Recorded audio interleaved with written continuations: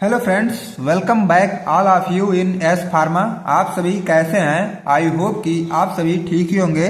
तो आज की इस वीडियो में हम बात करेंगे physical pharmaceutics B pharm third semester के long and short most important question with solution के साथ। ओके, तो अगर आप सब पार्ट फर्स्ट वीडियो नहीं देखे हैं तो उसका भी लिंक आपको इसी वीडियो के डिस्क्रिप्शन बॉक्स में मिलेगा। उस वीडियो को आप चेकआउट जरूर करें, जहां पे आपको यूनिट नंबर 1 और 2 कवर कराया गया है इंपॉर्टेंट क्वेश्चन विद सोल्यूशन के साथ। तो वो वाली वीडियो आप मिस ना करें, क्योंकि वह वीडियो स्टार्टअप है। बाकी ये सेकेंड पार्ट है। इस वीडियो में 3 और 4 और 5 तीन यूनिट यहाँ पे कवर की गई है। ठीक है, तो यहाँ पे जो भी मोस्ट इंपॉर्टेंट क्वेश्चन बनते थे 7 या 10 मार्क्स के, वही क्वेश्चन यहाँ पे कवर किए गए हैं। और अगर आप 7 या 10 मार्क्स से कवर कर लेते हैं तो 2 मार्क्स का ऑलरेडी उसमें मतलब मर्ज ही होता है। इतना तो आप सभी को पता ही होगा। ठीक है, क्योंकि अगर आप बड़े क्वेश्चन तैयार कर लेते हैं तो 2 मार्क के क्वेश्चन आप मतलब वो तैयार ही हो जाते हैं। बड़े वाले क्वेश्चन में वो मतलब छिपे रहते हैं। ठीक है, तो चलिए हम अपने क्वेश्चन नंबर फर्स्ट से स्टार्टअप करते हैं। जो हमारा फर्स्ट क्वेश्चन नंबर आता है, define surface tension and give different method use to determine surface tension and discuss construction working principle of capillary rise method. ठीक है, यह क्वेश्चन मोस्ट इंपॉर्टेंट है। कई बार क्वेश्चन पुटअप भी किया गया है। अगर आप प्रीवियस ईयर पेपर को देखेंगे तो कई बार यह क्वेश्चन आपको मिलेगा। ठीक है, तो क्वेश्चन कितना इंपॉर्टेंट होगा आप सभी को तो पता ही होगा। ठीक, तो अब हम बात करते हैं अपने क्वेश्चन नंबर फर्स्ट के सोल्यूशन का। ठीक है, तो सबसे पहले हम आपका क्लियर करेंगे ये सरफेस टेंशन क्या होता है। अगर देखा जाए तो सरफेस टेंशन वर्ड जो है ये 2 वर्ड में ब्रेक डाउन हुआ है। ठीक है, पहला हमारा आता है सरफेस और दूसरा आपका टेंशन। अब देखो सरफेस क्या होता है, दूसरा टेंशन क्या होता है। एक टेंशन तो मतलब होता है ना ये तनाव। तनाव मतलब एक हमारे ब्रेन से मतलब दिमाग जब डिस्टर्ब होता है तब उसको टेंशन बोला जाता है। लेकिन यहाँ टेंशन का मतलब कुछ अलग रिलेटेड होने वाला है। ठीक है, सरफेस का मतलब होता है हमारा आउटर मोस्ट लेयर। सरफेस की मतलब होती है ना हमारी सतह। ठीक है, और टेंशन का मतलब यहाँ पे खिंचाव या तनाव से रिलेटेड लिया गया है। जैसे कि कोई भी चीज, जैसे रबड़ मान लो, ये आपका कितना ज्यादा फैल रहा है। ठीक है, तो इसको हम लोग बोल रहे हैं यहाँ से टेंशन से रिलेटेड। सो अब देखो इसकी डिफिनेशन एक्चुअल में क्या बन रही है। सो surface tension is a type of force. ये एक तरह का फोर्स होता है that works on the surface of liquid, और ये वर्क करता है हमारे लिक्विड के सरफेस पे and minimize the surface area. और ये क्या करता है, सरफेस एरिया को मिनिमाइज कर देता है एज मच एज पॉसिबल। जितना उससे हो सकता है उतना सरफेस एरिया को ये मिनिमाइज करता है। ठीक है, उसको हम लोग बोलते हैं सरफेस टेंशन। अब एग्जांपल की बात करें यहाँ पे तो वाटर ड्रॉप ऑन लीफ। अब देखो क्या है, इस समय ठंडे के मतलब समय चल रहे हैं और आप लोग जब सुबह मॉर्निंग वॉक पे कभी निकलो तो देखोगे कि पत्तियों पे शीत पड़ी रहती है, मतलब ओस पड़ी रहती है। अब उस ओस को जब आप एक पत्ती तोड़ के देखोगे तो उसमें पानी वगैरह टच किए रहेंगे। उस पत्ती को उलट करके जब करोगे ना, मतलब पलट दोगे उसको, तो उसमें से जो ड्रॉप हमारे नीचे गिरेंगी वो तुरंत नहीं गिरेंगी। जो भी टेंशन की वजह से वो उस पर चिपकी हुई है उन्हीं को हम लोग बोलते हैं सरफेस टेंशन। ठीक है, अब ये देखो मेजरमेंट आपको करना था इसमें, measurement of surface and interfacial tension. ये हम लोग लगभग 5 तरीके से मेजर कर सकते हैं। ठीक है, लेकिन मोस्ट इंपॉर्टेंट जो हमारा आता है ये हमारा आता है कैपिलरी राइज मेथड। ठीक है, मोस्ट इंपॉर्टेंट, कई बार रिपीटेड क्वेश्चन है और कभी कभी ये 7 मार्क्स में अकेले पूछता है कि कैपिलरी राइज मेथड का प्रोसीजर, प्रिंसिपल, वर्किंग, सारी चीजें लिखो। ठीक है, और drop count method, drop weight और विल्मी प्लेट मेथड और रिंग अटैचमेंट मेथड, ये सब 2 मार्क्स में पूछे जाते हैं। बट ये वाला और ये वाला आपका 7 या 10 मार्क्स में पूछा जाता है। तो कैपिलरी राइज मेथड को अब हम लोग थोड़ा सा डिटेल में जान लेते हैं। ठीक है, ये कैपिलरी राइज मेथड क्या होता है। अब देखो कैपिलरी राइज मेथड अगर देखा जाए तो कैपिलरी का मतलब हमारा होता ही है स्मॉल ग्लास, और हाइट का मतलब होता है कि किसी भी चीज की हाइट कितनी है, कितनी इंच या कितने फीट में लिया जाता है। ठीक है, और स्मॉल यहाँ पे कैपिलरी मतलब होता है स्मॉल ग्लास ट्यूब। ठीक है, स्मॉल ग्लास ट्यूब का मतलब ये है कि जैसे मान लो ये आपकी पेंसिल है, ये आपकी पेंसिल जो है ये ग्लास की रहेगी। ठीक है, और थोड़ा सा इतना बड़ा भी हमारा स्मॉल ग्लास ट्यूब कैपिलरी होता भी होगा। आई होप कि आप अच्छे कॉलेज से पढ़ रहे होंगे और अपने लैब में इसको जरूर देखे होंगे। ठीक है, अब देखो in this method capillary tube is used in which liquid rises upward and then surface tension is measured. इस मेथड में हम लोग कैपिलरी ट्यूब यूज करते हैं, उसमें जो हमारा लिक्विड होता है ये ऊपर की तरफ जाता है, इसीलिए इसका नाम है capillary rise method. And then surface tension is measured, और उसी के हेल्प से हम लोग सरफेस टेंशन को माप लेते हैं। ठीक है, अब सेकंड पॉइंट की बात करें तो it only measure surface tension. अब देखो कैपिलरी राइज मेथड केवल सरफेस टेंशन ही मेजर करता है, ना कि इंटरफेसियल टेंशन मेजर करता है। ये क्या है, जीपैट के क्वेश्चन है, कभी कभी आपसे पूछ लिए जाते हैं कि मतलब एमसीक्यू टाइप से पूछे जाएंगे। तो आप लोग अपने माइंड में अभी से रख लीजिए, कैपिलराइज मेथड केवल सरफेस टेंशन को मेजर करता है, ना कि इंटरफेशियल टेंशन को मेजर करता है। ओके, तो आई होप आपका डाउट बहुत अच्छे से क्लियर हो रहा होगा। अगर आप सब चैनल पर पहली बार हैं तो वीडियो को लाइक और चैनल को सब्सक्राइब करना ना भूलें, ताकि नेक्स्ट वीडियो का इन्फॉर्मेशन सबसे पहले आप तक पहुंचे। और अगर आपको फ्री में नोट्स भी डाउनलोड करने हैं तो टेलीग्राम ग्रुप और व्हाट्सएप ग्रुप दोनों को ज्वाइन करना भी ना भूलें, जिसका लिंक आपको डिस्क्रिप्शन बॉक्स में मिल जाएगा। ओके, तो चलिए अब हम इसके प्रिंसिपल की बात कर लेते हैं। इसका प्रिंसिपल का मतलब ये होता है कि इस पूरे कैपिलरी राइज मेथड का सिद्धांत क्या होने वाला है, किस सिद्धांत में अपना वर्क कर रहा है। तो when capillary tube is placed in a liquid, जब हम अपने कैपिलरी ट्यूब को किसी भी लिक्विड में प्लेस्ड कर रहे हैं, प्लेस्ड का मतलब जब उसमें हम लोग डीप एयर रख रहे हैं, it rises up into tubes, तो ये क्या है, उसे ट्यूब में ये थोड़ा सा ऊपर की तरफ जाएगा। ठीक है, सेकंड पॉइंट की बात करें, बाय मेजरिंग दिस राइज, अब वह कितना ऊपर की तरफ गया है, राइज कितना गया है, उसको हम लोग मेजर कर लेंगे। Surface tension can be measured, और जब हम उसको मेजर कर लेते हैं तो उसी के हेल्प से हम लोग सरफेस टेंशन को भी मेजर्ड कर लेते हैं। ठीक है, अब देखो surface tension T equal to हमारा होता है rho G H upon 2 cos theta, क्या होता है, rho R G H upon 2 cos theta. अब यहाँ पे T इक्वल टू आपका सरफेस टेंशन रहेगा, रो का मतलब है डेंसिटी ऑफ लिक्विड, मतलब लिक्विड की डेंसिटी कितनी है, R का मतलब है रेडियस ऑफ कैपिलरी, और G का मतलब ग्रेविटी से होता है, H का मतलब हमारा हाइट ऑफ राइज लिक्विड, मतलब यहाँ पे देखो ध्यान दो कि हाइट ऑफ राइज लिक्विड, कितनी लिक्विड ऊपर गई उसकी हाइट, और इधर cos थीटा का मतलब होता है लिक्विड एंगल। ठीक है, तो आई होप आपका प्रिंसिपल अच्छे से क्लियर हुआ होगा, इंट्रोडक्शन क्लियर हो गया, प्रिंसिपल क्लियर हो गया। अब हम लोग प्रोसीजर और वर्किंग की बात कर लेते हैं। प्रोसीजर और वर्किंग, या तो अगर इसी को देखा जाए तो कंस्ट्रक्शन, बात सेम होने वाली है यहाँ पे। अब यहाँ पे आपको दिख रहा होगा कि एक कैपिलरी ट्यूब है, एक किसी कंटेनर में मतलब पानी भरा हुआ है, और इसमें हम लोग अपनी कैपिलरी ट्यूब को डिप कर दिए हैं। ठीक है, अब देखो इसका वर्किंग क्या है, अब इसमें कैसे कैसे क्या होने वाला है इसकी बात हम लोग कर लें। Take 50 ml of liquid in 100 ml of beaker, पहले आपको 100 ml का बीकर लेना है, उसमें 50 ml लिक्विड को भर देना है। ठीक है, सेकंड में आप क्या करेंगे, take capillary with known diameter, और कैपिलरी लेना है जिसकी डायमीटर आपको पता रहे। थर्ड पॉइंट की बात करें, fix the capillary tube in stand, अब क्या करना है, जो कैपिलरी ट्यूब आप लिए हैं उनको स्टैंड में आपको फिक्स कर देना है, and dip it into liquid of beaker. अब देखो क्या करना है, इसको मतलब जिस बीकर में आप लिक्विड लिए हो उसमें डिप कर दो अपनी कैपिलरी ट्यूब को, and measure angle by travelling microscopy, और जो एंगल वहां पे बन रहा है उसको हमें मेजर कर लेना होता है, और एक स्पेशल टाइप की माइक्रोस्कोपी से मेजर करोगे जिसका नाम रहेगा ट्रेवलिंग माइक्रोस्कोपी। ठीक है, और फोर्थ पॉइंट की बात करें, when liquid rises in the capillary measure the height, जब लिक्विड हमारा कैपिलरी में राइज करेगा तो उसी हाइट को हमें मेजर कर लेना होता है ट्रेवलिंग माइक्रोस्कोपी से। At least also determine the density of liquid bye pycnometer. अब देखो क्या है, ज्यादातर हम लोग ये जो लिक्विड की डेंसिटी होती है ये पिक्नोमीटर से तुरंत मेजर कर लेते हैं। ठीक, तो ये थे उसके वर्किंग, प्रोसीजर, कंस्ट्रक्शन, जो भी आप समझो। ठीक है, तो जिस तरह आपसे क्वेश्चन पूछेगा उसी तरह हेडिंग बना के आप लोग लिख दीजिएगा। अब क्वेश्चन फर्स्ट आपका अच्छे से क्लियर हुआ। अब हम क्वेश्चन नंबर सेकंड की बात कर लेते हैं। क्वेश्चन नंबर सेकंड हमारा जो आता है, define surface active agent and classify them and give their application. सबसे पहले आपको बताना है सरफेस एक्टिव एजेंट क्या होते हैं। अगर ये अकेले में पूछता है तो 2 मार्क का हो गया, and classify them and give their application. अगर इतने तीनों क्वेश्चन को एक ही में मर्ज कर दिया जाता है तो 7 या 10 मार्क्स का आपके एग्जाम में पूछा जाएगा। ठीक है, तो सबसे पहले हम आपका क्लियर करेंगे सरफेस एक्टिव एजेंट क्या होते हैं। तो it is also called surfactant. Surface active agent को दूसरे नाम से हम लोग जानते हैं सर्फेक्टेंट, और कभी कभी 2 मार्क्स में पूछेगा डायरेक्टली व्हाट इज सर्फेक्टेंट, तो आप सरफेस एक्टिव एजेंट को जरूर डिटेल में करके आइएगा। ठीक है, एंड नेक्स्ट पॉइंट की बात करें तो surfactant are those chemical agent which are used to reduce surface and interfacial tension between 2 liquid. 2 liquid के बीच में क्या करता है, ये सरफेस और इंटरफेशियल टेंशन को कम करता है। ठीक है, उसी को हम लोग बोलते हैं सर्फेक्टेंट।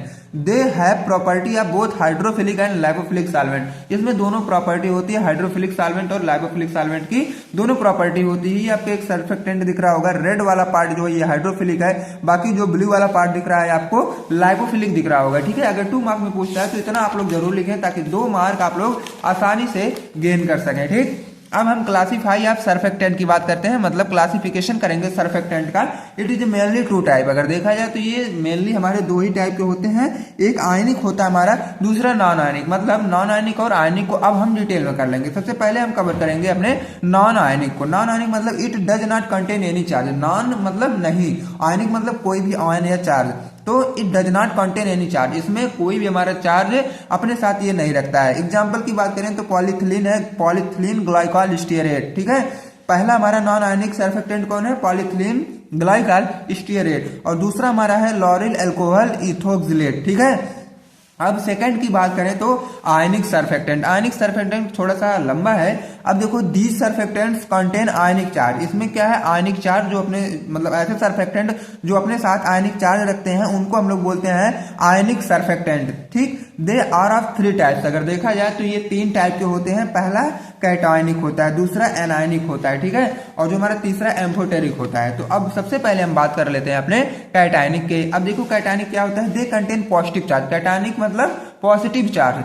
अब देखो क्या एग्जांपल में बेंजलकोनियम क्लोराइड होता है और बेंजाथोनियम क्लोराइड होता है। ये सब क्या है, अपने ऊपर पॉजिटिव चार्ज लेके चलते हैं इसको, इसीलिए हम लोग इसको कैटायनिक सरफेक्टेंट बोलते हैं। बी में anionic surfactant, they contain negative charge. ये क्या है, अपने साथ नेगेटिव चार्ज रखते हैं।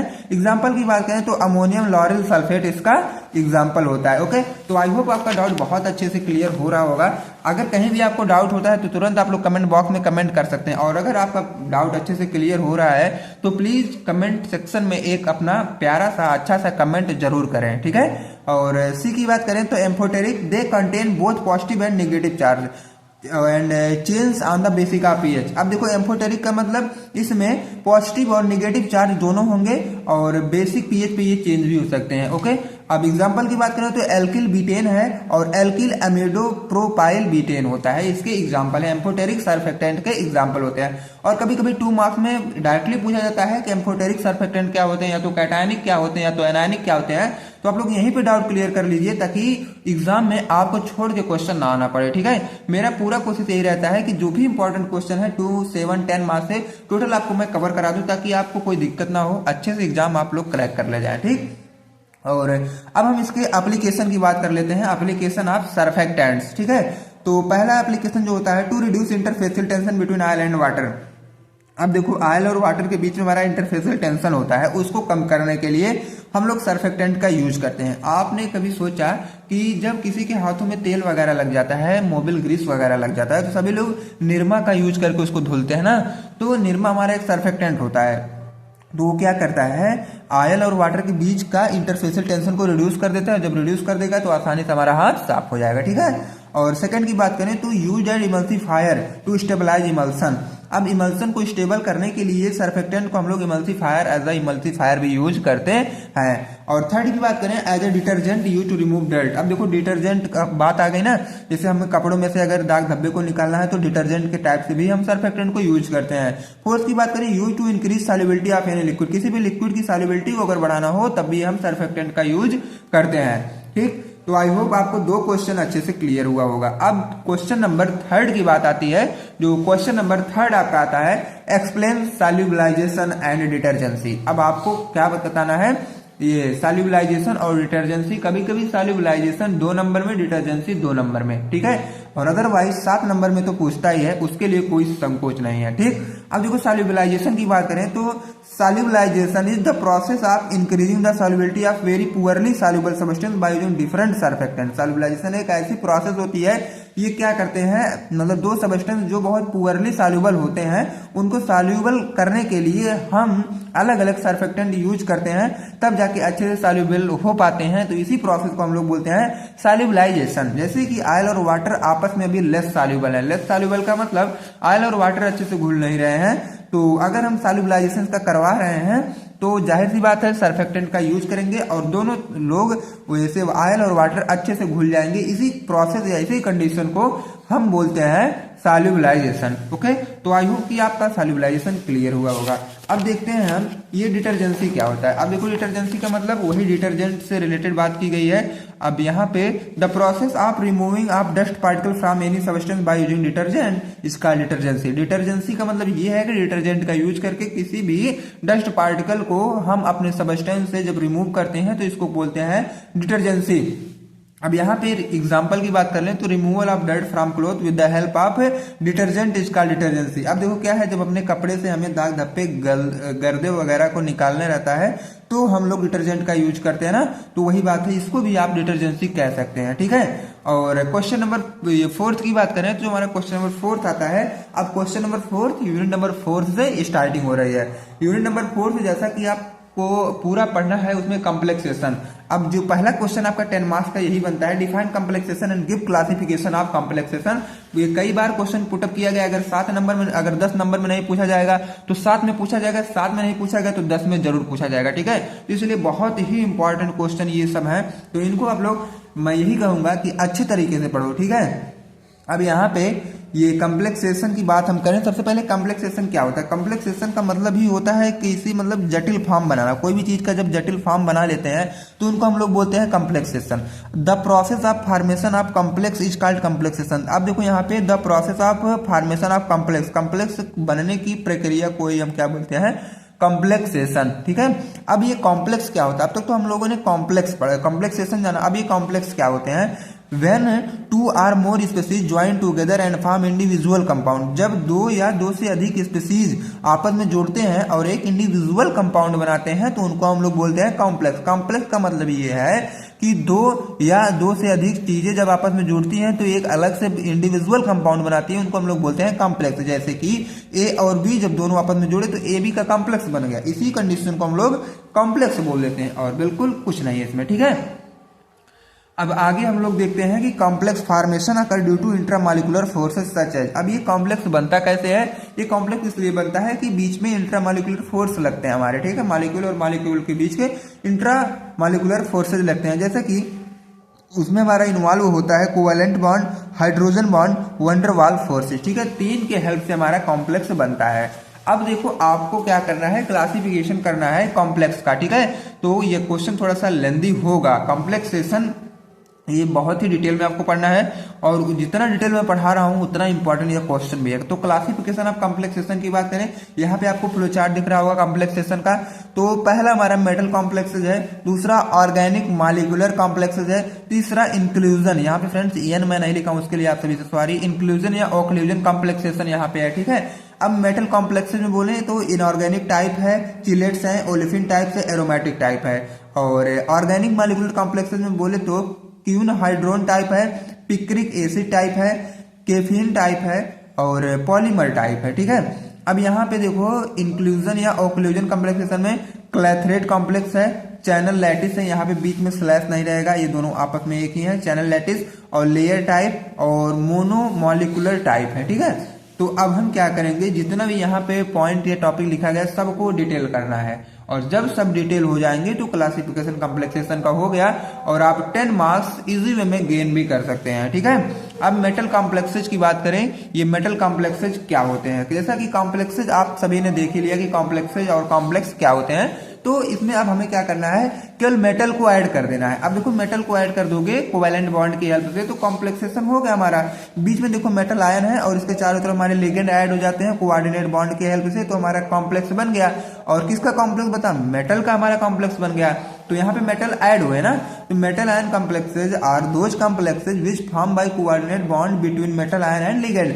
मेटल आयन और लिगेंड के बीच में हमारा कोऑर्डिनेट बॉन्ड बन रहा है, उसी कोऑर्डिनेट बॉन्ड के हेल्प से दोनों लोग आपस में जुड़ रहे हैं, उनको हम लोग क्या बोल रहे हैं, मेटल कॉम्प्लेक्सेज। ओके, तो आई होप कि आपका डाउट अच्छे तरीके से क्लियर हो रहा होगा। एग्जाम्पल की बात करें तो CuNH3 का होल 4 है यहाँ पे, और यहाँ पे आपको ये हमारा मेटल कॉम्प्लेक्स मतलब मेटल आयन आपका ये है, और NH3 हमारा ये आपका लिगेंड है, और ये आपका कोऑर्डिनेट बॉन्ड है, ठीक है। तो मेटल कॉम्प्लेक्सेज आई होप आपका क्लियर हुआ होगा। अब हम देखते हैं, ये भी हमारे 4 टाइप से डिवाइड किया गया है। These are further classified into 4 type. Metal complexes भी हमारा 4 टाइप से डिवाइड किया गया है। पहला इनऑर्गेनिक टाइप है, दूसरा चिलेट्स है, तीसरा ओलेफिन है, चौथा एरोमेटिक है। अब इनको भी आपको एक एक को डिटेल में देखना है। अब ये जो हम एक एक के छोटे वाले को डिटेल में देखने जा रहे हैं, ये आपके एग्जाम में 2 मार्क्स से पूछे जाते हैं, ठीक है। और अगर मर्ज करके पूछा जा रहा है तो आप इतने समझदार हैं, 7 या 10 मार्क्स में तो ही पूछेगा। अब देखो इनऑर्गेनिक कॉम्प्लेक्सेज क्या होते हैं। इन दिस कॉम्प्लेक्सेज लिगेंड और इनऑर्गेनिक इन नेचर। इस कॉम्प्लेक्स में हमारे जो लिगेंड होते हैं ये इनऑर्गेनिक होते हैं नेचर में, विच अटैच्ड विथ मेटल एटम। जो क्या करते होते हैं, विच अटैच्ड विथ मेटल एटम, जो क्या है हमारे मेटल एटम से अटैच हुए रहते हैं, ठीक है। अटैच का मतलब जुड़े होते हैं। तो लिगेंड इसमें हम लोग कौन सा यूज कर सकते हैं, NH3 भी और C≡N भी यूज हम लोग कर सकते हैं, ठीक है। ये हमारे लिगेंड थे जिनका यूज हम लोग अपने इनऑर्गेनिक कॉम्प्लेक्सेज में कर सकते हैं। और ये जो इनऑर्गेनिक कॉम्प्लेक्स होंगे ये नेचर में भी वही होंगे इनऑर्गेनिक, ठीक है। अब चिलेट की बात कर लेते हैं। ये चिलेट हमारे क्या होते हैं, ए सबस्टेंसेज कंटेनिंग 2 और मोर डोनर ग्रुप में combine with a metal ion. अब देखो चिलेट में हमारे 2 या 2 से अधिक आपके डोनर ग्रुप प्रेजेंट होंगे और मेटल आयन का मर्ज रहेंगे टू फॉर्म ए कॉम्प्लेक्स, और उसके बाद ये कॉम्प्लेक्स बनाएंगे, उनको हम लोग क्या बोलेंगे, चिलेट बोल देंगे, ठीक है। और एग्जाम्पल की बात करें जिसका, इसका एग्जाम्पल जो होता है EDTA होता है, मतलब एथिलीन डाई अमीन, ठीक है। Sorry friend, ethylene di tetramine इसका होता है, तो ये EDTA हो गया और ये एथिलीन डाई अमीन ये दूसरे हैं, ठीक है। और अब यहाँ पे आपको बनाया गया है, ये आपका एक सेंट्रल मेटल एटम है, और ये आपके क्या है, ये मतलब कॉम्प्लेक्स कैसे बनाया गया है, यहाँ पे यम है, मतलब सेंट्रल मेटल एटम है, और ये सब आपस में उसी के साथ जुड़ गए हैं, ठीक है। अब हम बात करेंगे ओलेफिन कॉम्प्लेक्सेज का। अब देखो ये ओलेफिन कॉम्प्लेक्सेज क्या होते हैं, aqueous solution of certain metal ions such as platinum and palladium. अब देखो क्या है एक्वस सोल्यूशन, कुछ मेटल के हमारे एक्वस सोल्यूशन होते हैं जैसे कि प्लेटिनम और पोलेडियम, कैन एब्जॉर्ब ओलेफिन, और जो क्या करते हैं ओलेफिन को एब्जॉर्ब कर लेते हैं, such as ethylene to yield water soluble complex. जैसे कि एथिलीन होता है, जब ये एब्जॉर्ब करता है तो वाटर सॉल्युबल कॉम्प्लेक्स वो हमें देता है, ठीक है। एग्जाम्पल की बात करें तो सिल्वर ओलेफिन कॉम्प्लेक्स, ये इनके एग्जाम्पल हैं। और अब हम लोग एरोमेटिक कॉम्प्लेक्सेस की बात कर लेते हैं। तो एरोमेटिक में क्या होता है, they are form by interaction of metal ion. ये क्या है, जब हम लोग इंटरेक्शन कराते हैं मेटल आयन के साथ तब ये बनते हैं। As acceptor with aromatic molecules, और उसमें एक्सेप्टर जो हमारे एरोमेटिक मॉलिक्यूल्स प्रेजेंट होते हैं, जैसे कि एरोमेटिक मॉलिक्यूल्स हमारे बेंजीन होते हैं, टॉलिन होते हैं, जाइलोन होते हैं। जैसा कि आप लोग पीयूसी में जरूर पढ़े होंगे एरोमेटिक कंपाउंड क्या होता है ना, तो वहीं पे आपका डाउट क्लियर हुआ होगा। अब ऑर्गेनिक मॉलिक्यूलर कॉम्प्लेक्सेस की बात करें तो नाम से पता चल जाना चाहिए कि यहाँ पे इससे पहले हम लोग इनऑर्गेनिक पढ़ रहे थे ना, अब ऑर्गेनिक से रिलेटेड देखो क्या है, organic molecular complexes also known as addition complexes are form by the union of 2 organic molecule held together by electrostatic force. अब 2 ऑर्गेनिक मॉलिक्यूल्स इलेक्ट्रोस्टैटिक फोर्स के हेल्प से जब ये जुड़े होते हैं तो उनको हम लोग बोलते हैं ऑर्गेनिक मॉलिक्यूलर कॉम्प्लेक्सेस, ठीक है। अब हम फर्स्ट में इसमें क्या है, आपको मिलेंगे 3 या 4। तो सबसे पहले की बात हम लोग करते हैं quinhydrone complex. Quinhydrone complex, the molecular complex of this type is obtain by mixing alcoholic solution of equimolar quantities of benzoquinone and hydroquinone. इसमें हम लोग क्या है, ये अल्कोहलिक सॉल्यूशन को मिक्स करेंगे सेम मोलर क्वांटिटीज में, और वो रहेंगे आपके बेंजोक्विनोन और हाइड्रोक्विनोन रहेंगे। ये क्यूने हाइड्रोन कॉम्प्लेक्स हो गया। और पिक्रिक एसिड कॉम्प्लेक्स में हमारा पिक्रिक एसिड रहेगा, being strong acid. Picric acid को हम लोग स्ट्रॉन्ग एसिड बोलेंगे। Form organic molecular complexes with weak base, और ये ऑर्गेनिक मॉलिक्यूलर कॉम्प्लेक्स बनाएंगे वीक बेस के साथ। एग्जांपल की बात करें अगर तो ब्यूटेसिन पिक्रेट, क्या है ब्यूटेसिन पिक्रेट। थर्ड की बात करें अगर तो caffeine and other drug molecule. Caffeine और अदर ड्रग मॉलिक्यूल्स की बात करें तो caffeine form complexes with a number of drug such as benzocaine और प्रोकेन। ये देखो कैफीन के साथ हमारे कॉम्प्लेक्स जो बनते हैं वो ड्रग्स जैसे कि बेंजोकेन और प्रोकेन बनाते हैं। दिस इनहेंस द स्टेबिलिटी, और ये ड्रग्स स्टेबिलिटी को भी इनहेंस करते हैं। And appearance of pharmaceutical preparation of these drugs, और कुछ ड्रग्स की अपीयरेंस को भी ये बढ़ा देते हैं। अपीयरेंस का मतलब जैसे बनने के बाद कुछ ड्रग्स अगर अच्छा दिखेगा तो अच्छा बिकेगा, सेम वही है, अपीयरेंस को भी हमारे बढ़ा देते हैं, ओके। एंड अब हम लोग देखते हैं थर्ड वाला, जो हमारा थर्ड एंड लास्ट आता है वो है इंक्लूजन कॉम्प्लेक्स या ओक्लूजन कॉम्प्लेक्स। अब इसकी बात हम लोग कर लेते हैं। In these complexes one of the component is entrapped in the open lattice or cage like crystal structure. अब देखो एक हमारा लैटिस या केज लाइक क्रिस्टल स्ट्रक्चर रहेगा जिसमें हमारा एक मॉलिक्यूल्स इंट्रैप होगा। इंट्रैप का मतलब जाके पिंजड़े की तरह सेप रहेगा, उसी में जाके छिप जाएगा। These component is known as guest molecule, और उस कंपोनेंट को हम लोग क्या बोलते हैं, guest molecule. And open lattice and cage like structure is known as host molecule. और जो ओपन लैटिस या केज लाइक का स्ट्रक्चर हम लोग बनाते हैं उसको होस्ट मॉलिक्यूल बोलते हैं। In which guest molecule entrap, तो ओवरऑल देखा जाए तो ये होस्ट मॉलिक्यूल के अंदर हमारे गेस्ट मॉलिक्यूल इन ट्रैप हो जाते हैं, इन्हीं को हम लोग बोलते हैं इंक्लूजन या ओक्लूजन कॉम्प्लेक्स, ठीक है। अब क्लैथरेट की बात करें, इसी में हमारा आता है पहला क्लैथरेट। अब आपका डाउट अच्छे से क्लियर होगा कि होस्ट कौन है और गेस्ट कौन है। तो clathrates are inclusion compounds in which a molecule of guest compound get entrapped within the cage like structure form by the association of several molecule of host compound. अब same आपका यहाँ पे doubt clear होगा। ये देखो बीच में guest आ गए और ये केज शेप का स्ट्रक्चर है और ये जो ऊपर से लगा ये आपको होस्ट दिख रहा है और जो आके इसमें मॉलिक्यूल बैठा है इसको गेस्ट बोलते हैं। जब आते हैं और अपना एक कॉम्प्लेक्स बनाते हैं, मतलब अच्छा एसोसिएशन बनाते हैं, तो उन्हीं को हम लोग बोल देते हैं क्लैथरेट्स, ठीक है। अब चैनल लैटिस टाइप क्या होता है? चैनल लैटिस टाइप देखो, चैनल और form by crystallisation of the host molecule. अब जब ये चैनल कब बनता है? जब होस्ट मॉलिक्यूल का क्रिस्टलाइजेशन हो जाता है, in which the guest molecule can fit, और इसमें भी हमारे गेस्ट मॉलिक्यूल फिट हो जाते हैं जाके, मतलब बैठ जाते हैं। The guest component is usually limited to long unbranch straight chain compound, और इसमें जो गेस्ट मॉलिक्यूल आके बैठते हैं वो लिमिटेड होते हैं और अनब्रांच स्ट्रेट चैन कंपाउंड होते हैं, ठीक है। मतलब इसमें कोई भी ब्रांचिंग भी नहीं पाई जाती है और आके धीरे से अपना इसी में बैठ जाते हैं, ठीक है। इस तरह का आप स्ट्रक्चर अगर बनाते हैं तब भी फुल मार्क्स आप गेन कर सकते हैं। तो हमारा जो मोस्ट इंपॉर्टेंट क्वेश्चन चल रहा था वो एंड हो गया। अब बात आई है क्वेश्चन नंबर 5 की और यूनिट नंबर 4 का ये क्वेश्चन है, ठीक है। Explain protein binding in detail, शायद इसी का यूनिट नंबर 4 का ही क्वेश्चन है ये। तो explain protein binding in detail. अब देखो ये प्रोटीन बाइंडिंग किसे बोला जाता है?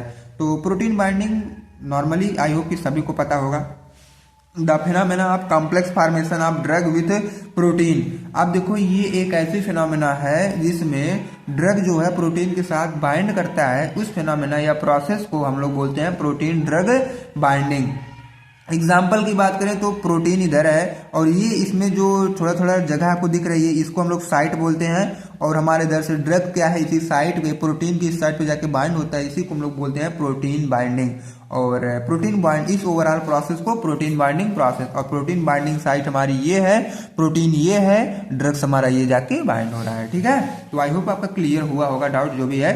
अब आगे हम लोग देखते हैं the protein which involve in the complexation, और कॉम्प्लेक्सेशन में जो भी प्रोटीन इन्वॉल्व होते हैं, जैसे कि ब्लड प्रोटीन में हमारा एल्बुमिन है और अल्फा एसिड ग्लाइकोप्रोटीन है और लिपोप्रोटीन है, ग्लोब्युलिन है, ठीक है। ये सब हमारे इन्वॉल्व होते हैं इसमें। बाकी आगे की बात करें, these protein are present in blood plasma protein, ये सब जो भी प्रोटीन है ये हमारे ब्लड प्लाज्मा प्रोटीन में प्रेजेंट भी होते हैं। There are also some drug which bind with protein of blood cells, और कुछ ड्रग्स हमारी ऐसी होती हैं जो बाइंड होती है हमारे ब्लड सेल्स के साथ। एंड प्रोटीन ऑफ एक्स्ट्रावेस्कुलर टिश्यू, और कुछ प्रोटीन हमारे एक्स्ट्रावेस्कुलर टिश्यू के साथ भी बाइंड हो जाती हैं।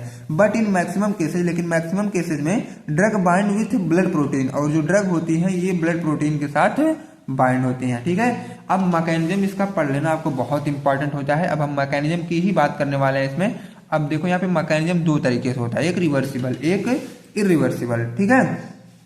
तो सबसे पहले रिवर्सिबल की बात करें, in this type of protein binding, इस तरीके के प्रोटीन बाइंडिंग में the drug is bind with the protein, इसमें ड्रग जो है ये प्रोटीन के साथ बाइंड होता है वेरी वीक फोर्सेज, बहुत ही वीक फोर्सेज के साथ, like hydrogen bonding, weak van der Waals forces of attraction.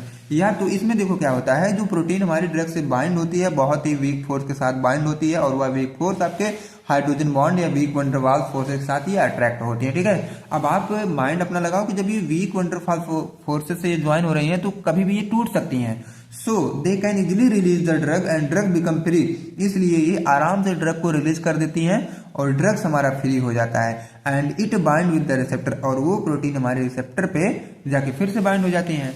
अब हम आगे बात करें, नेक्स्ट पॉइंट जो इसमें आता है, it is responsible for the pharmacological action of the drug, और यही रिस्पॉन्सिबल होती है हमारे ड्रग को फार्माकोलॉजिकल एक्शन को शो करवाने के लिए, ठीक है। अब सेकंड की बात करें तो इरिवर्सिबल हमारा आता है, in this type of protein binding, इस तरीके के प्रोटीन बाइंडिंग में the drug bind with the protein with strong bond. अब इसमें जो ड्रग से हमारे बाइंड होते हैं प्रोटीन के साथ, ये स्ट्रॉन्ग बॉन्ड के साथ मतलब ये ज्वाइंट होते हैं, like covalent bond, strong bond हमारा कोवैलेंट बॉन्ड होता है, ठीक है। Drug after binding with protein can not release, एक बार ड्रग जब प्रोटीन के साथ बाइंड हो गया तो वो रिलीज नहीं होगा। And drug do not become free, और ड्रग फ्री भी नहीं होगा, जब फ्री नहीं होगा so they not give any pharmacological action, तो इसलिए ये कोई फार्माकोलॉजिकल एक्शन भी नहीं शो करेंगे, ठीक है।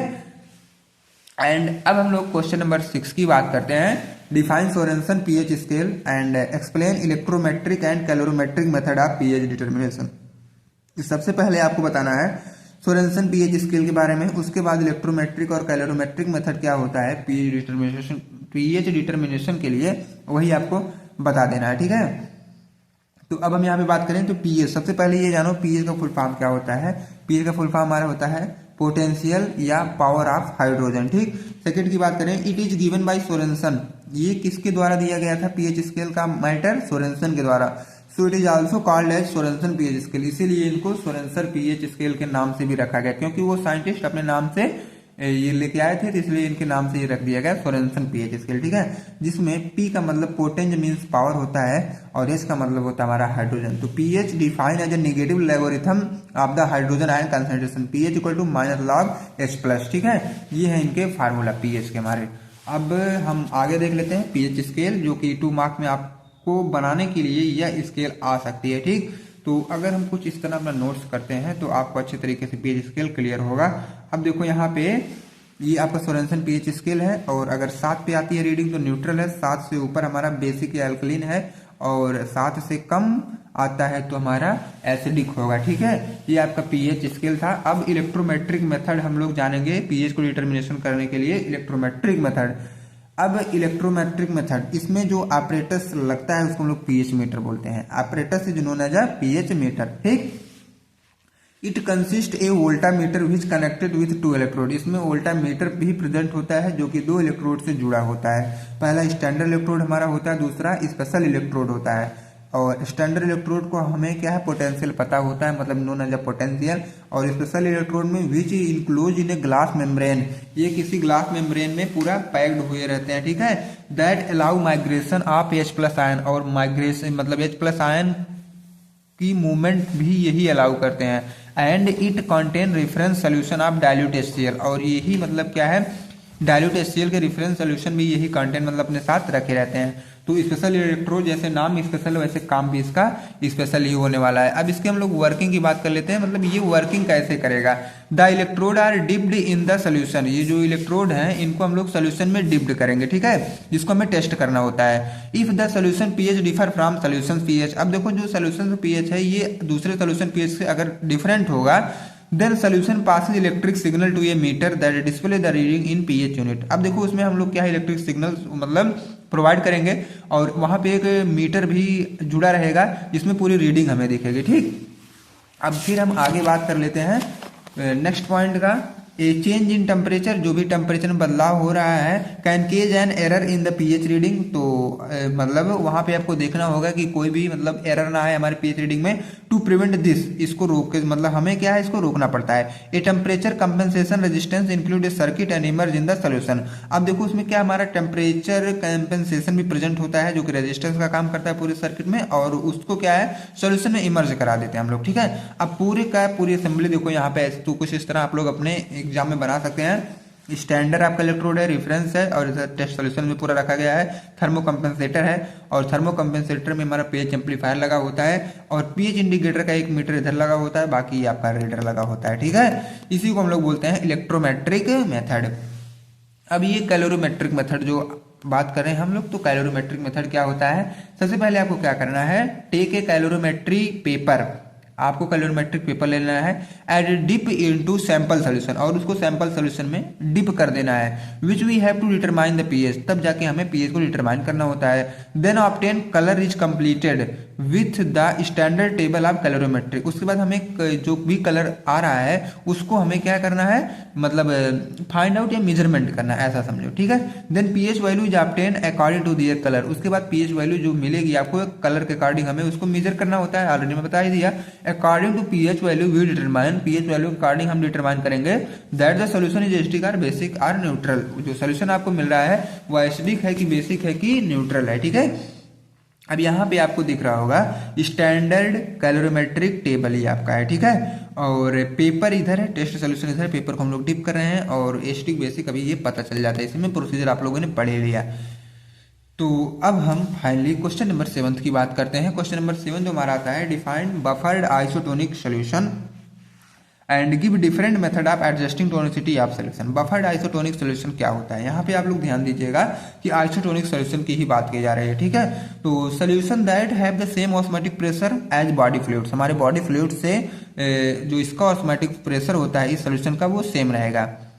And contain a buffer system to maintain a constant pH, और अपने साथ एक बफर सिस्टम भी ये रखता है ताकि पीएच भी मेंटेन हो सके। उसको हम लोग बोलते हैं बफर्ड आइसोटोनिक सॉल्यूशन। ठीक है, आइसोटोनिक सॉल्यूशन का मतलब ये है कि सेम ऑस्मोटिक प्रेशर होगा हमारे बॉडी फ्लूइड से, और इसमें बफर्ड ऐड हुआ तो buffer system to maintain a constant pH. ठीक है, दोनों को मर्ज कर दीजिएगा, बफर्ड आइसोटोनिक सॉल्यूशन की डिफिनेशन आपकी बन जाएगी। ठीक है, अब इसमें देखो इसकी जो एडजस्टिंग की बात की गई है तो क्लास फर्स्ट मेथड मतलब एडिशन ऑफ सॉल्यूट की बात किया जाए तो इसमें हमारा क्रायोस्कोपिक आता है पहला, दूसरा सोडियम क्लोराइड इक्विवेलेंट आता है। तो क्रायोस्कोपिक मेथड में मतलब फ्रीजिंग पॉइंट डिप्रेशन की बात की जा रही है। तो based on lowering of freezing point, इसमें क्या ये पूरा बेस्ड होता है फ्रीजिंग पॉइंट को कम करने पे, और एंड ब्लड एंड टीयर्स है फ्रीजिंग पॉइंट 0.52 डिग्री सेंटीग्रेड, और ब्लड और टीयर्स के हमारे फ्रीजिंग पॉइंट जो है लगभग 0.52 डिग्री सेंटीग्रेड होता है। ठीक है, एंड नेक्स्ट पॉइंट जो इसमें है amount of substance is added to achieve this value, और कितना मतलब सबस्टेंस की मतलब हमें अमाउंट ऐड करना होता है इस वैल्यू को अचीव करने के लिए, ये हमारा क्रायोस्कोपिक या फ्रीजिंग मेथड कहलाता है। ठीक है, दूसरा सोडियम क्लोराइड इक्विवेलेंट की बात करें तो ई वैल्यू, तो uses NaCl equivalent value of a drug, हमें ड्रग में NaCl यूज किया जाता है। ठीक है, उसके बाद calculate how much NaCl is needed to make the solution isotonic, उसके बाद NaCl हमें कितना चाहिए होता है सोल्यूशन को आइसोटोनिक बनाने के लिए। ओके, एंड अब हम लोग आगे चलते हैं क्लास सेकंड वाले मेथड पे। अब देखो ये क्लास सेकंड मेथड क्या कहलाता है, डाइल्यूशन विद आइसोटोनिक व्हीकल। अब देखो व्हाइट विंसेंट मेथड हमारा इसी में आता है जो कि मोस्ट पॉपुलर मेथड है, 2 नंबर में पूछा जाता है। Volume of isotonic solution is calculate, जो आइसोटोनिक सोल्यूशन की वॉल्यूम उसको हमें कैलकुलेट करना होता है। Drug is dissolve in water, और ड्रग को हमें वाटर में डिजॉल्व कर लेना होता है, and then made up to volume with isotonic solution, और उसके बाद वॉल्यूम को हमें आइसोटोनिक सोल्यूशन तक बना देना होता है उससे कंपेयर करके। ठीक है, और स्प्राउल्स मेथड अब आ जाता है हमारा। स्प्राउल मेथड क्या होता है, मॉडिफाई व्हाइट विंसेंट मेथड, जो ऊपर व्हाइट विंसेंट मेथड आप लोग पढ़े हैं ना, उन्हीं को थोड़ा सा मॉडिफाई कर देना है। Uses table for quick calculation, और अगर आपको तेजी से जल्दी कैलकुलेशन चाहिए होता है तो टेबल का यूज आप लोग कर सकते हैं। अब देखो इस थोड़ा सा डिटेल में मैं इसलिए नहीं पढ़ा रहा हूँ इन सारी चीज़ों को, क्योंकि आपका एग्जाम है और कम समय में ज़्यादा चीज़ आपको पढ़ाना है। ठीक है, तो मैं उतना पढ़ा रहा हूँ जितना पढ़ के आप लोग पास हो सकें। क्वेश्चन नंबर 8 की बात करें, अब क्वेश्चन नंबर 8 हमारा आता है describe pharmaceutical and biological buffers and their application.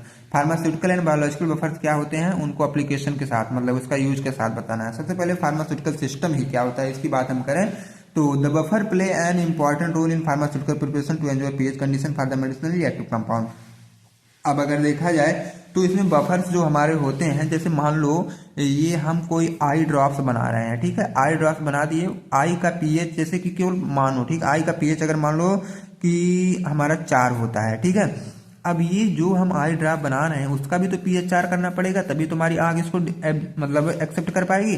तो इसको करने के लिए हम क्या करते हैं, पीएच अपने सोल्यूशन में ऐड करते हैं, अपने मेडिसिन में पीएच ही ऐड करते हैं। अगर पीएच उतना नहीं होगा तो ये हमारा जो मेडिसिन बन रही है वो थोड़ी सी गड़बड़ हो जाएगी। ठीक है, तो अपने मेडिसिन को स्टेबल करने के लिए, रखने के लिए हम लोग पीएच भी यूज करते हैं। अब देखो second point, solubility of compound can be frequently control by providing a medium of suitable pH. अब सॉल्युबिलिटी भी हमारा क्या है, पीएच से ही मेंटेन किया जाता है। And required pH is adjusted by buffers, और जो भी पीएच हमारा इधर उधर हो रहा है उसको हम लोग बफर से ही एडजस्ट करते हैं। ठीक है, अब देखो पेशेंट कंफर्ट से रिलेटेड क्या है, patient comfort injectable and preparation for internal और external use become irritated if their pH is different greatly from that normal, so it is maintain by buffers. अब देखो क्या है, अब वही बात आ गया कि पेशेंट जो है ये कंफर्ट नहीं फील कर पाएगा अगर जो है बॉडी से और दवा का दोनों का पीएच बहुत ज्यादा डिफरेंट है, तो पेशेंट इसको एफर्ड नहीं कर पाएगा। इसलिए क्या है, दोनों का हमें मेंटेन करना होता है। दोनों को मेंटेन करने के लिए हम लोगों ने बफर्स का यूज करते हैं। एग्जांपल की बात करें तो Sorensen propose mixture of salt of sodium phosphate for pH 6 to 8। अब ये जो सोरेंसन अभी जस्ट आप लोगों ने पढ़ा, ये एक मिक्सचर दिए थे साल्ट ऑफ सोडियम फास्फेट का, जिसका पीएच 6 से 8 तक मेंटेन करने में ये हेल्प करता है हमारा। ठीक है, अब इसी में हम लोग बात करते हैं बायोलॉजिकल सिस्टम का। Body fluid in biological system are having balance quantity of acid और बेस। इसमें क्या है, हमारे बॉडी में जो फ्लूइड है इसमें जो है एसिड और बेस का क्या है, बैलेंस क्वांटिटी में होना चाहिए एसिड बेस। ठीक है, the biochemical reaction that take place in living system are very sensitive to even small change in pH. और जो हमारे बॉडी में बायोकेमिकल रिएक्शन हो रहे हैं ये बहुत ही सेंसिटिव होते हैं, और बहुत ही अगर देखा जाए तो चेंज इन पीएच जो है बहुत कम होता है। ठीक है, बहुत माइनर डिफरेंस होता है। So the maintain of the normal pH range with in the body fluid become essential. इसलिए तो जो भी बॉडी फ्लूइड्स में जो चेंजिंग होती है उनके पीएच को कंट्रोल करना बहुत ही जरूरी हो जाता है। The pH value of some body fluids with the their buffer system to maintain pH in body. अब देखो क्या है, कुछ हमारे बॉडी फ्लूइड्स के पीएच अलग अलग हैं और कुछ बफर सिस्टम के हेल्प से ही ये पीएच मेंटेन किया जाता है। अब एग्जाम्पल की बात करें तो बॉडी फ्लूइड आपका जैसे ब्लड है, यूरिन है, इंट्रासेलुलर फ्लूइड है, ठीक है। पीएच वैल्यू इसका होता है 7.4 से लेकर 5 तक। सॉरी फ्रेंड्स, यहाँ पे जस्ट रिवर्स लिख दिया गया है, 5 से लेकर 7.4 तक। और यहाँ पे यूरिन का 4.5 to 8.0 तक और इंट्रासेलुलर फ्लूइड का 6.5 से लेकर 6.9 तक। बफर सिस्टम जैसे इसमें बाइकार्बोनेट की हेल्प हम लेते हैं, इसमें फास्फेट की हेल्प लेते हैं और इसमें प्रोटीन एंड फास्फेट की हेल्प लेते हैं, ठीक है। तो यहीं पे हमारा जो ये लॉन्ग वीडियो थी वो एंड होती है। बाकी अब हम आपसे मिलेंगे नेक्स्ट वीडियो में 2 मार्क्स क्वेश्चन के साथ, ठीक है। जैसे कि ये छोटे छोटे क्वेश्चन है, define solvation and association, define term mutating mixture, ये सारी चीजें, ये वाला क्वेश्चन हम अगले वीडियो में जल्द से जल्द डिटेल करेंगे।